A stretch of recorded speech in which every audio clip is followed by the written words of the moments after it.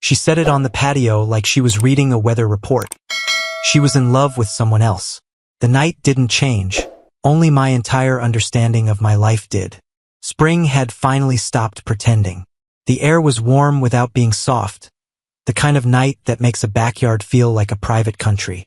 Our patio lights were low. Wind moved through the trees like it had somewhere to be. I poured 2 fingers of whiskey and let the glass sweat in my hand. Hannah sat across from me with her knees tucked under the chair, cardigan on even though it wasn't cold. She always liked the routine, me with the whiskey, her with whatever tea she decided was good for sleep. The two of us listening to the world settle. But she wasn't with me. Her hands wouldn't stop, fingertips tapping the rim of her mug, thumb worrying the edge of a napkin until it tore. She kept glancing past my shoulder at the dark yard like there was an exit sign out there. "You okay?" I asked. "Yeah." Too quick. Too clean. I watched her for a full minute without saying anything. Married people learn patterns the way hunters learn tracks. Hannah had tells. When she was lying, her eyes got busy. When she was scared, she tried to manage the room with small movements.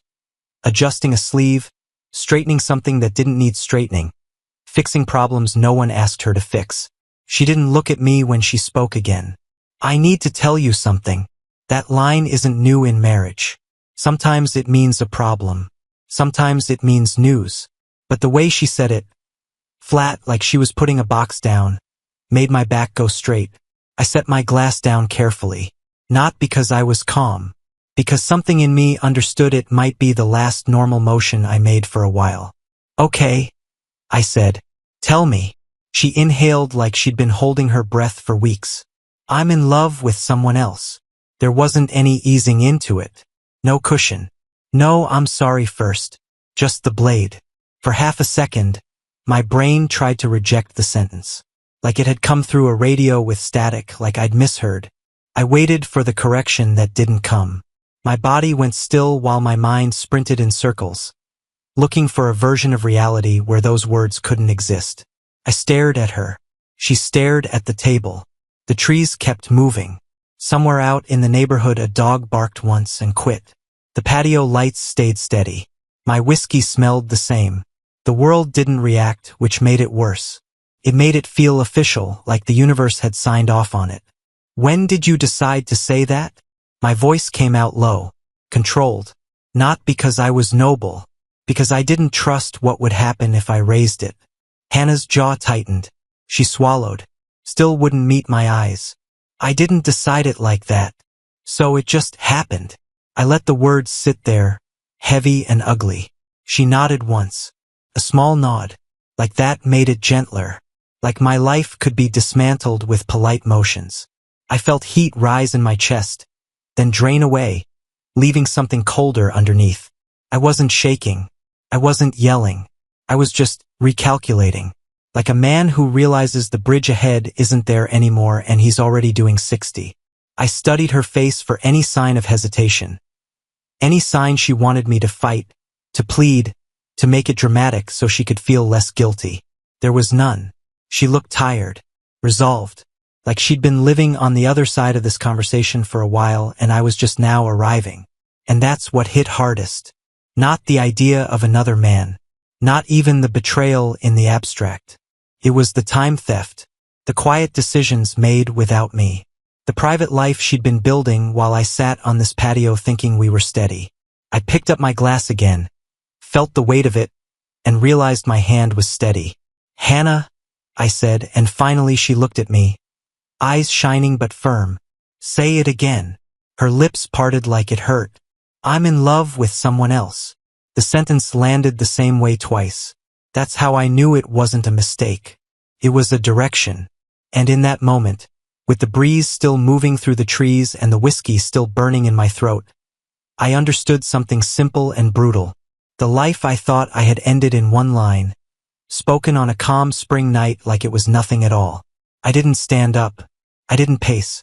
I stayed in the chair because if I moved, it would turn into something else. Something loud. I kept my voice where it was, low, measured, almost polite. "How long?" Hannah blinked, like she'd hoped I wouldn't start there. "A while." That's not an answer. I leaned forward just enough to make her feel it. Months? A year? She looked down at her hands. Since winter. Winter. The word carried its own quiet cruelty. Holidays. Family dinners. She sat beside me on the couch, shoulder against mine, laughing at things on a screen while she carried another life inside her like a second heartbeat. Was it physical? I asked. A flash of irritation crossed her face. Quick, defensive, no shame, no regret, annoyance like I was asking the wrong questions. It wasn't like that at first. I watched her carefully. That phrasing. People only say at first when they're laying track for what came after. So now it is, I said. She hesitated, then nodded once. Small, controlled, like she was signing paperwork in the air. I felt something in my stomach tighten, but it wasn't jealousy. It was the realization that the details didn't actually matter. They were just sharp edges my mind was grabbing because it didn't want to touch the main thing. What did I do? I asked anyway, because men ask for it, because we're trained to look for a fix. What did I miss? Hannah exhaled like she'd rehearsed this part. It's not about you doing something wrong. That's another sentence people use to avoid responsibility. It sounds kind. It isn't. It's a way to make the other person stop looking for a reason so you don't have to provide one. You're sitting across from me telling me you're in love with someone else, I said. It's about something. She finally met my eyes, and there it was, her certainty. Not anger, not cruelty, just a calm decision. It started as a feeling, she said. We didn't plan it. It wasn't cheating. I let out a short breath through my nose, almost a laugh, but with no humor in it. Listen to yourself. It matters, she insisted. It wasn't like I went out looking for it. No, I said, voice steady. You just didn't stop it. Her mouth tightened. I glanced down at my glass, at the thin amber line left in it. The patio light caught it. Ordinary, clean. It didn't match what was happening. Who is he? I asked. She hesitated again. Another tell. Someone from work, she said. Of course. Work is where people spend their best energy. Work is where you show up clean and awake. Work is where you get to be admired without the weight of chores and bills and real life. And you're in love, I said, like I was testing the word for weakness. She nodded. Yes. I stared at her for a beat. So what is this, Hannah? You wanted to confess and keep living here? You want me to just accept it? Her eyes flicked away. I didn't want to hurt you. That's not what you wanted, I said. What do you want? Her shoulders rose and fell. I want to be honest. I almost smiled again. Honesty. Like it was a gift. Like she was brave for finally saying the thing she'd been feeding for months. I set the glass down. The clink sounded too loud. Do you love me? I asked. The question came out calm. Surprised even me. Hannah froze. Not long, just long enough. And that pause told me more than any answer. Her voice dropped. Not like that anymore. I didn't move. My face didn't change. Inside, something heavy finished falling, like a final bolt sliding into place. So you don't love me, I said. She looked pained for a moment, but it didn't reach her eyes. I care about you. That's what people say when they're already gone. Care is what you feel for a neighbor, coworker, a dog you used to own. I nodded once. Slow. Okay, I said. Hannah blinked. She'd expected anger, begging, bargaining, something to make her choice feel dramatic enough to justify the damage. Instead, she got a man watching the verdict arrive and accepting that arguing with it would only make him smaller. So what happens now? I asked. Her lips parted like she'd been waiting for permission. I think I should go for a while. There it was. Not a question. Maybe not. Plan already built. I looked at her, really looked. The familiar face, the same mouth that used to smile at me across this table, now forming careful sentences designed to ease her exit. In my chest, the pain didn't flare anymore. It settled into something colder, something clean, because at that moment I finally understood. I wasn't debating a problem. I was listening to a sentence being carried out. I don't remember going to bed. I remember the patio chair under me, the night air drying the sweat on my palms, and Hannah's face when she said she should go for a while, like it was a temporary weather system. At some point the lights went out. At some point the house swallowed the sound of her footsteps. My body did what bodies do when the mind is overloaded. It shut down. Morning didn't come gently. It came the way it always did, thin gray light through the blinds, the faint hum of the refrigerator, a bird outside acting like it hadn't witnessed anything. I opened my eyes and the first thing I did was reach across the bed without thinking. Just muscle memory. Just the old map in my head. Cold sheets. Her side was flat and clean, the way hotel beds look after someone checks out early. No warmth left behind. No dent in the pillow. It wasn't just absence, it was proof. I sat up slowly, listening. No shower running. No drawer closing. No kettle warming. The house was too quiet, and it made every small sound feel intentional. My breath. The creak in the floor when I swung my feet down. The soft scrape of my palm on my thigh. I stood and walked to the closet. Her hangers were gone. Not some missing. Not a few outfits. Gone. The bar looked naked. The space where her dresses hung was empty like it had never been used. Her shoes weren't lined up at the bottom. No running shoes kicked off at an angle. No boots she said she'd clean this weekend. The dresser drawers on her side were open just a finger width, like they'd been slid in fast. Pulled one. Empty. I opened another. Empty. She hadn't left in anger. That's what hit me. There was no storm damage. No overturned lamp. No ripped photos. She left the way a competent person leaves a rental car. Quick. Efficient. No unnecessary emotion. That kind of leaving doesn't feel like an argument. Feels like being erased. I walked out into the hall. The framed pictures were still on the wall. Us at a wedding, her head tilted against my shoulder. A beach trip. Her laughing, sun in her hair. All those moments still existed in glass and paper, smiling up at me like they didn't know they were now evidence in a case I didn't ask for. In the living room, the throw blanket was folded. The remote was in its usual place. The air smelled like the house always smelled. Clean, faint detergent. A trace of whatever candle she'd lit last week. Normal. That was the cruelty of it. The set dressing stayed the same while the story changed completely. I checked the kitchen. Her mug was gone from the drying rack. The tea tin she liked was still in the cabinet, but it looked untouched, like she'd already decided she didn't need the comfort of her own habits anymore. My phone was on the counter where I'd left it. No message. No, I'm safe. No, we'll talk later. Nothing to soften it. I stood there in the center of the kitchen and let the silence press in. I wasn't panicking. I wasn't pleading into voicemail. I wasn't driving around looking for her car, because she'd done it too clean. Clean means planned. Planned means finished. I poured coffee I didn't want, just to have something hot in my hands. The first sip tasted like nothing. I stared at the backyard through the window. The patio table still sitting there, last night's glass still on it like a forgotten prop. And that's when the final layer of denial peeled off. She wasn't gone for a while. She was gone. And the house, same walls, same furniture, same quiet, had turned into a place where I was the only person still pretending. The coffee didn't wake me up. It just gave my hands a job. I stood at the counter staring at the backyard when I noticed it. An envelope on the kitchen table, dead center, aligned with the edge like someone measured it. Not tossed, not hidden, placed. My name was printed on a plain label. No handwriting, no personal touch. That should have told me what it was before I even touched it. I walked over and picked it up.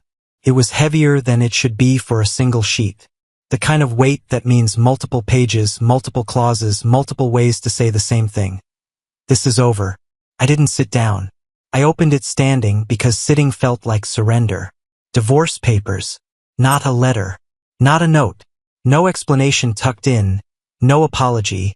No please understand. Just cold legal language and signature lines waiting like open mouths. My eyes scanned the first page automatically, like my brain was trying to treat it as a work document to stay sane. Petitioner. Respondent. Marriage date. Separation date already chosen for me. I felt something hard settle behind my ribs. So last night wasn't the beginning. It was the final step in a process she'd already started. She didn't just fall out of love. She streamlined my removal. I flipped through the pages. Division of assets. Accounts. The house. Cars. Retirement. All of it reduced to tidy paragraphs that made our life look like a set of numbers somebody could balance. My jaw tightened when I saw how fast it moved. No, we'll figure it out. No mediation language. No breathing room. It read like a clean cut with no intention of looking back. I stopped on a page and stared at a line about property. My brain registered it without fully processing. Cabin listed. Assigned. The place up in the mountains I barely thought about unless it was winter and I needed quiet. Something my dad had left me. Something Hannah always called a money pit, with a smile that wasn't joking. I kept reading, but the words blurred. Not because I didn't understand them, because I understood exactly what she was doing. I set the papers down and looked around the kitchen again. Same chairs, same table, same light coming through the window. And yet, somehow, my marriage had turned into forms she'd filed while I slept in the same bed as her. My phone rang. Unknown number. For a second, I just watched it vibrate on the counter like an insect. Then I answered because avoiding it wouldn't change anything. Hello. A woman's voice. Professional. Smooth. Practiced. Good morning. Is this Mr. Miller? Yes. This is Stephanie Collins calling from the office of Rachel Danner. We represent Ms. Hannah Miller regarding dissolution proceedings. Dissolution. Like we were a business closing. Like we were a partnership being liquidated. I'm aware, I said. My voice didn't shake. That surprised me. I'm calling to confirm you received the documents, she continued. Ms. Miller is hoping to move forward quickly.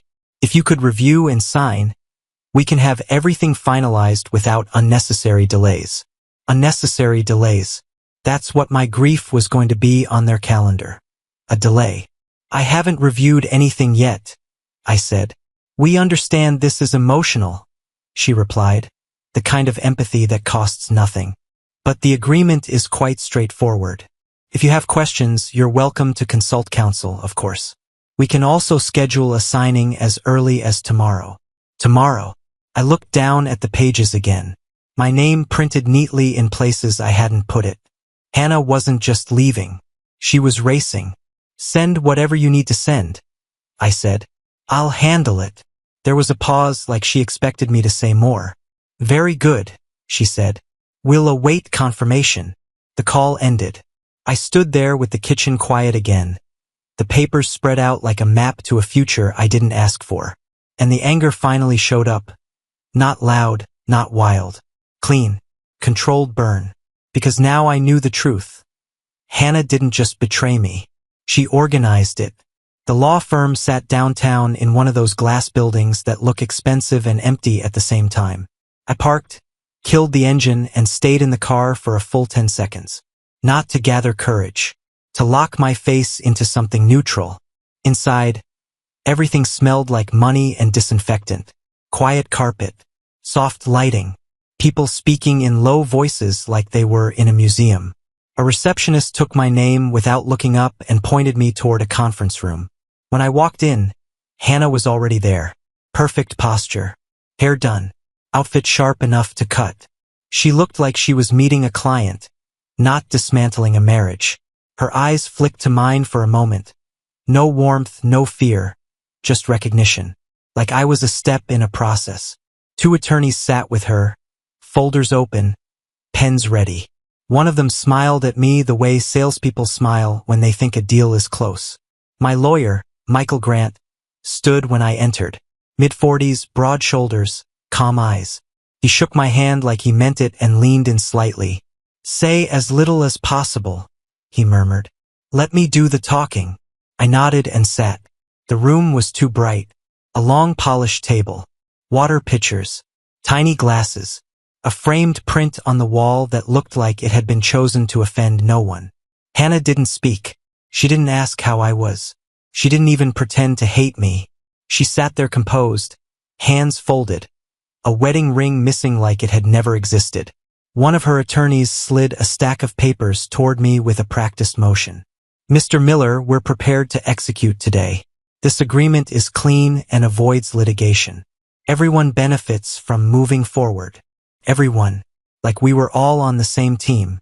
Michael didn't touch the papers. He looked at them first, then at the attorney.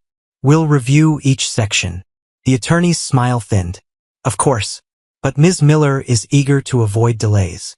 I watched Hannah while they talked. She stared at a point on the table, calm and unreadable. Not broken. Not conflicted. She looked lighter, like she'd already handed off the weight and was waiting for a receipt. Michael flipped a page. "You've set an aggressive timeline." "It's reasonable," the attorney said. "Both parties deserve closure." Closure. Another word people use when they want you to hurry up and stop bleeding in public. My hands stayed flat on the table. My breathing stayed slow. Inside, it felt like I was watching a play I'd paid for without agreeing to be in it. Finally, Hannah spoke. Soft, controlled, aimed at the middle distance instead of at me. "I just want this to be done. No apology. No acknowledgement of what done cost. Just a request for speed," as if my reaction was a messy obstacle. I looked at her and realized something that should have hurt more than it did. She wasn't here to end a marriage. She was here to complete a transaction. Michael's pen tapped once against the paper, a small sound that cut through the room. "All right," he said, voice even. "Let's slow this down and make sure you're not signing away something you shouldn't." Michael didn't make a show of it. He didn't lean back dramatically or raise his voice. He just kept flipping pages, eyes moving the way they do when a man is reading for traps. Hannah's attorney kept glancing at his watch like time was a weapon. Michael stopped on a section, held it in place with one finger, and looked at me without changing his expression. "Don't sign yet," he said calmly. Across the table, Hannah's attorney straightened. "Is there an issue?" Michael didn't answer him right away. He slid the agreement a few inches closer to me and angled it so only I could see the line he was looking at. Then he leaned in, voice low enough that it felt like a private channel. "This doesn't make sense," he murmured. "She's relinquishing your separate property without asking for any offset." I followed his finger. The cabin. The land. Listed cleanly under my name, retained solely by me. No dispute. No valuation. No demand. I frowned. "She hated that place." "I know," Michael said. "That's why I'm paying attention." He kept his face neutral and continued in the same quiet tone. "You know it borders the Ridgewater ski expansion, right?" I stared at him. "What expansion?" Michael's eyes didn't leave mine. "There's a major resort development underway. It's been in planning and land acquisition for a while. Your parcel sits close enough that it's become extremely valuable. Developers pay premiums for access, for contiguous lots, for anything that helps their footprint." My throat tightened, not with emotion, with disbelief. "That cabin is old," I said. "It's half rot and bad wiring." "The cabin doesn't matter," he replied. "The land does." I glanced down at the agreement again. Hannah had treated it like junk, like the ugly sweater you donate without checking the pocket. Michael continued, barely moving his lips. "If you sign this, you keep it. Clean. No argument. No appraisal. No renegotiation. And from what I'm seeing," he flicked his eyes to the page, "they don't understand what they're giving away." A quiet pulse started behind my ears. Across the table, Hannah sat motionless, face composed. She didn't look nervous. She didn't look strategic. She looked bored. Like the faster we got this done, the faster she could get back to the life she'd already chosen. And that's when the full irony hit me. Hannah had always dismissed the cabin, called it your little prison up in the woods, rolled her eyes when I talked about fixing the deck, complained about the drive, the cold, the smell of old pine and dust. Worthless, she'd said more than once. Now it was sitting on a gold seam, and she was handing it to me because she couldn't be bothered to care. Michael straightened slightly, returning to his normal speaking voice as if nothing had happened. "We'll need a moment," he said. Hannah's attorney smiled tightly. We've already provided full disclosures. Michael nodded once. And I'm doing my job. I kept my face blank, but inside something shifted, something sharp and clear. All week I'd been taking hits. Confession, departure, papers, pressure. Now, for the first time, the universe handed me a lever. And the craziest part was sitting right across from me, perfectly dressed, completely unaware she'd just made a mistake that could cost her millions. Michael's foot brushed mine under the table, one controlled nudge. Not a signal to fight, a signal to think. He slid his chair back slightly and spoke like he was just being thorough. Mr. Miller will take the weekend to review. Hannah's attorney's jaw flexed. We were prepared to execute today. Michael smiled without warmth. Then you'll be prepared next week. Hannah's eyes lifted to mine for the first time since I'd walked in. She didn't look panicked. She looked annoyed, like I was refusing to cooperate with the schedule she'd set. I could have stopped it right there. I could have asked for an appraisal. I could have said I wanted my own valuation. I could have watched her face change when the cabin stopped being a money pit and became the thing she accidentally left on the table. That version of me existed for a few seconds. Hot, hungry for the look in her eyes when she realized she'd been careless. But it passed. Because there's a difference between revenge and winning. Revenge announces itself. It needs an audience. Winning is quiet. Michael leaned toward me again, low and clean. If we raise this, they'll claw for it. They'll delay. They'll threaten. And they'll come back with a revised offer. I kept my eyes on the papers. And if I sign? He didn't hesitate. You keep it. Exactly as written. I looked across the table at Hannah. She was sitting there with her hands folded, face calm, posture perfect. Like she was doing the mature thing. Like I was the inconvenience. No guilt. No softness. Just completion. Something cold and smarter took over. I nodded once. Give me the pen. Michael's expression didn't change, but his eyes sharpened. Checking that I understood what I was doing. I did. The pen slid toward me. It was heavier than a normal pen. Metal, expensive, the kind people use to make signatures feel important. I positioned the papers. I didn't rush. I didn't stall. I signed where the lines told me to sign. Steady hand, clean strokes, no tremor. Hannah watched, face unreadable. Her attorney relaxed in tiny increments, like a deal was closing. When I finished, I slid the stack back. That's it? Her attorney asked, almost surprised I hadn't made it messy. Michael answered for me. That's it. Hannah picked up her copy. She didn't thank me. She didn't apologize. She didn't look like someone who'd just ended years of shared life. She looked like someone who'd returned a product and was satisfied with the refund. She stood. For a second, I thought she might say something. Some final lines. Something human. Instead, she gave a small nod, more formal than intimate, and walked out with her attorney. No backwards glance. No hesitation at the door. When the room finally emptied, the air changed. Like the whole place had been holding its breath for the performance and now it could exhale. I sat there staring at my signature. It should have felt like death. Didn't. Felt like a door closing that had been stuck for months. First came numbness, thick, protective. Then, under it, something thin and unfamiliar. Freedom. Not the happy kind. Not the celebratory kind. The kind that shows up too early and feels wrong, like laughing at a funeral. Michael gathered his folder and looked at me. You okay? I stood up slowly. I'm not going to fall apart in a conference room. He nodded once like he respected that. We walked out into the hallway, and I didn't look back. Because the cleanest advantage is the one you don't announce. And Hannah had just walked away without ever knowing what she'd given me. Outside the firm, the city kept moving like nothing had happened. Traffic, people with coffee, jackets over shoulders.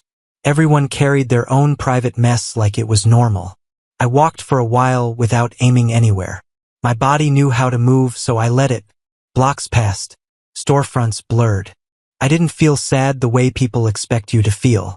I felt hollow and alert, like a man walking out of a wreck before the adrenaline wears off. I ended up at a bar I hadn't been in for years. The sign was the same. Dark wood. A narrow entrance.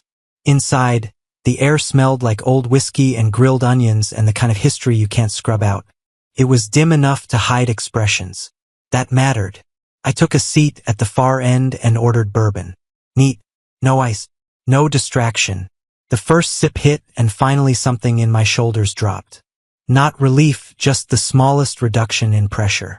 I stared at the bottles behind the bar, not thinking about anything on purpose, when someone slid onto the stool 2 seats away. "Don't tell me you're celebrating," a woman's voice said. I glanced over. Olivia Parker. I recognized her immediately, one of the attorneys I'd seen in the hallway during the signing. Not seated with Hannah's team, not with mine. Just part of the machinery. Today she'd been polished. Fitted blazer, controlled smile, eyes like a scanner. Here she looked like a person. Hair slightly loose. No jacket. Sleeves rolled up.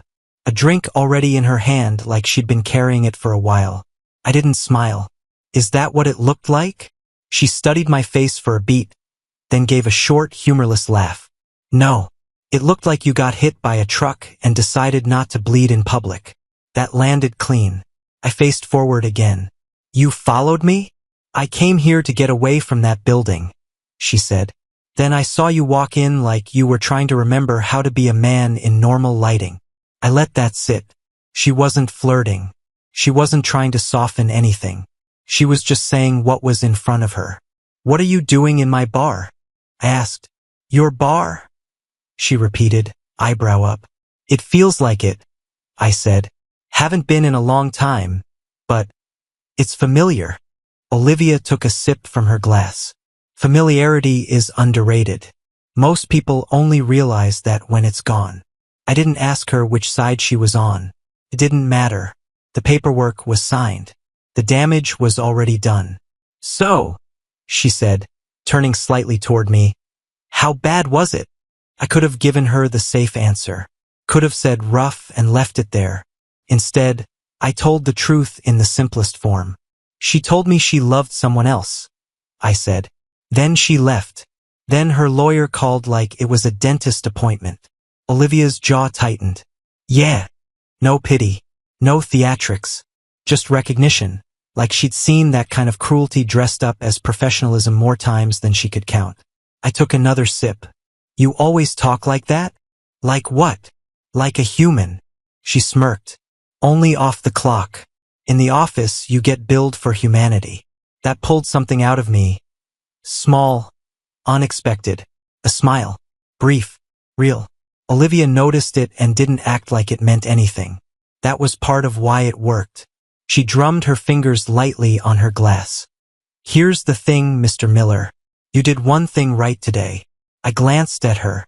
"Only one." "You didn't beg," she said. "You didn't try to negotiate love like it's a lease agreement. You let her do what she came to do, and you walked out intact." I stared at the bar top. The wood had scratches and dents. Proof of other nights, other men, other problems. It made mine feel less like the center of the universe. Olivia leaned back slightly. "Most people try to buy their dignity back with words. Doesn't work." I didn't respond right away. Then I lifted my glass a fraction. "To words not working," I said. Olivia clinked her glass lightly against mine. "To do the next right thing anyway." The bourbon warmed my throat. The noise of the bar filled the space where my thoughts had been screaming. For the first time since the patio confession, I didn't feel like I was trapped inside a collapse. I felt like there might be air on the other side of it. And across the bar, sitting 2 stools away like it was accidental but wasn't, Olivia Parker looked at me like she understood exactly what it costs to start over. Time did what it always does. It kept going whether I approved or not. The first month after the signing was mostly logistics, accounts, passwords, mail forwarding, quiet work I did in the evenings so the nights wouldn't swallow me. Hannah never called. Not once. The silence told me everything. She wasn't conflicted. She wasn't checking to see if I was alive. And she wasn't looking for a clean conscience. Then Michael called. "Remember that cabin situation?" he asked. "I remember," I said. "It's real," he replied. "Developers are circling. You're on the short list." It didn't take long to become a bidding war. People in crisp jackets walking the property with tablets, speaking in numbers like they were discussing weather. Offers jumped. Deadlines got urgent. The land value didn't creep, it exploded. When I finally signed the sale, the number didn't feel like victory. It felt like confirmation. Like the universe had watched Hannah rush me, watched her discard what she didn't understand, and then quietly handed me the receipt. Life-changing money. Enough to buy anything. Which meant enough to choose differently. I didn't build a bigger house. I didn't buy a loud car. I didn't turn it into some flashy revenge fantasy. I paid off what I wanted. I put the rest where it would grow without drama. Then I did something simple that felt almost rebellious. I took my time back. I traveled. Not like a man trying to prove he was fine. Like a man learning what quiet actually feels like when it isn't interrupted by someone else's resentment. I saw mountains that weren't tied to memories. Ate meals alone without feeling judged for it. Slept deep. Olivia was there. Not immediately, not forced, not wrapped in speeches. She slid into my life the way she spoke. Direct, honest, no performance. We started with a conversation. Long ones. The kind where nobody is trying to win. She didn't ask me to open up. She didn't treat my anger like a disease. She respected it as information, and she respected my silence as a choice. Somewhere along the way it became real. Not a rescue. Not a rebound. Just two adults who understood that loyalty isn't a vibe. It's a decision you make every day. Then the irony came back around like the world couldn't resist. I heard it through a mutual friend first, then confirmed it through someone else. Hannah's new relationship didn't last. It ended the same way ours did. Fast, clean, and colder than she expected. The man she'd chosen wasn't interested in forever. He was interested in the part where things were easy. A few weeks after that, I saw her. Not in a dramatic place. Not a movie moment. Just a normal afternoon. City street, people passing. The kind of day that looks harmless until it isn't. She stepped into my path like she'd rehearsed it. Same face, slightly thinner. Same eyes, but the certainty was gone. Hannah, I said, neutral. Not warm. Not hostile. Can we talk? She asked. I looked at her for a moment. I noticed what she wanted me to notice. The vulnerability, the softened expression, the idea that she was paying for her choice now. I don't think that's a good idea, I said. Her lips parted. I made a mistake. That line is always delivered like it should reopen doors. Like regret is a key. I didn't react. I didn't enjoy it.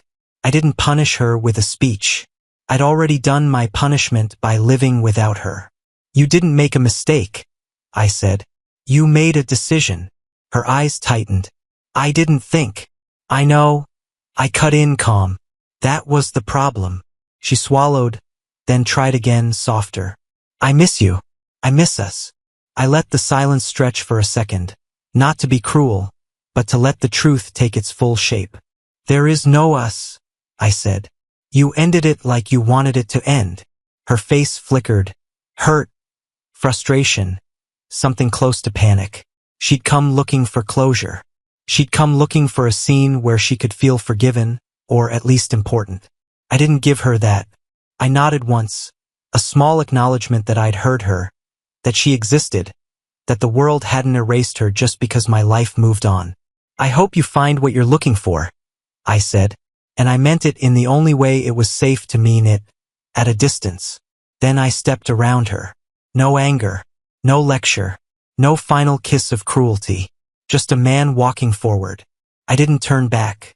I didn't perform closure for her. I didn't reopen a door that had already taught me what happens when you pretend a lock is optional.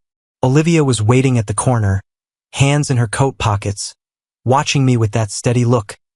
Like she understood exactly what I'd done and why it mattered. I reached her and we kept walking. The past stayed behind us where it belonged. Subscribe and stay one step ahead of cheaters. And trust me, the next story makes this one look like a fairy tale.